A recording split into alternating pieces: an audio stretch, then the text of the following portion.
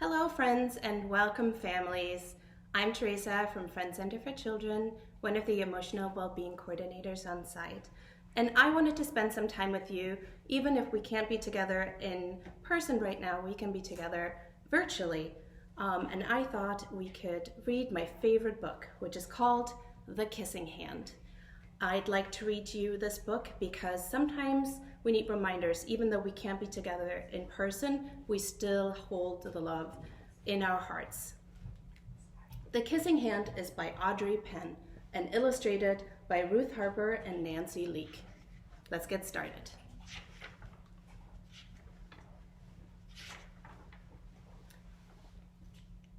Chester Raccoon stood at the edge of the forest and cried. "I don't want to go to school," he told his mother. "I want to stay home with you. I want to play with my friends, and I want to play with my toys and read my books and swing on my swing. Please, may I stay home with you?"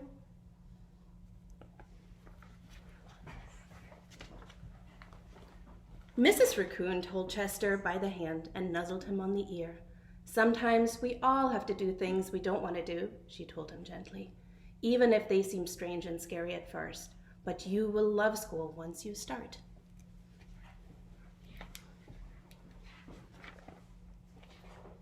You'll even make new friends and play with new toys, read new books and swing on the new swings. Besides, she added, I know a wonderful secret that will make your nights at school seem as warm and cozy as the days at home. Chester wiped away his tears and looked interested. "A secret? What kind of secret?" "A very old secret," said Mrs. Raccoon. "I learned it from my mother, and she learned it from hers. It's called the Kissing Hand." "The Kissing Hand?" asked Chester. "What's that?" "I'll show you." Mrs. Raccoon took Chester's left hand and spread open his tiny little fingers into a fan. Leaning forward, she kissed Chester's right in the middle of his palm. Chester felt his mother's kiss rush from his hands, up his arm, and into his heart. Even his silky black mask tingled with a special warmth.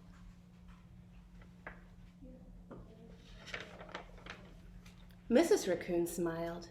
"Now," she told Chester, "whenever you feel lonely and you need a little loving from home, just press your hand to your cheek and think, 'Mommy loves you, Mommy loves you.'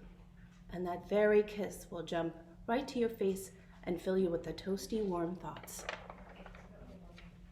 She took Chester's hand and carefully wrapped his fingers around the kiss. "Now, do be careful not to lose it," she teased him.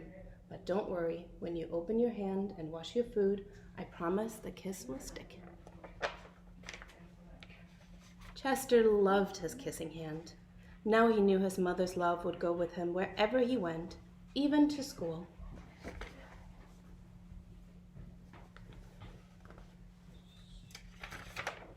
That night, Chester stood in front of his school and looked thoughtful. Suddenly, he turned to his mother and grinned. "Give me your hand," he told her. Chester took his mother's hand in his own and unfolded her large, familiar fingers into a fan. And next, he leaned forward and kissed the center of her hand.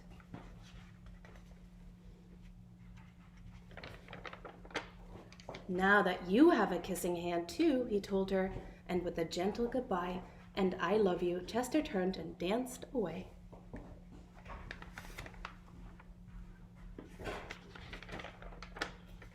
Mrs. Raccoon watched Chester scamper across the tree limb and enter school. Now, and as the hoot owl rang in the new school year, she pressed her left hand onto her cheek and smiled. The warmth of Chester's kiss filled her heart with special words. "Chester loves you," it sang. "Chester loves you."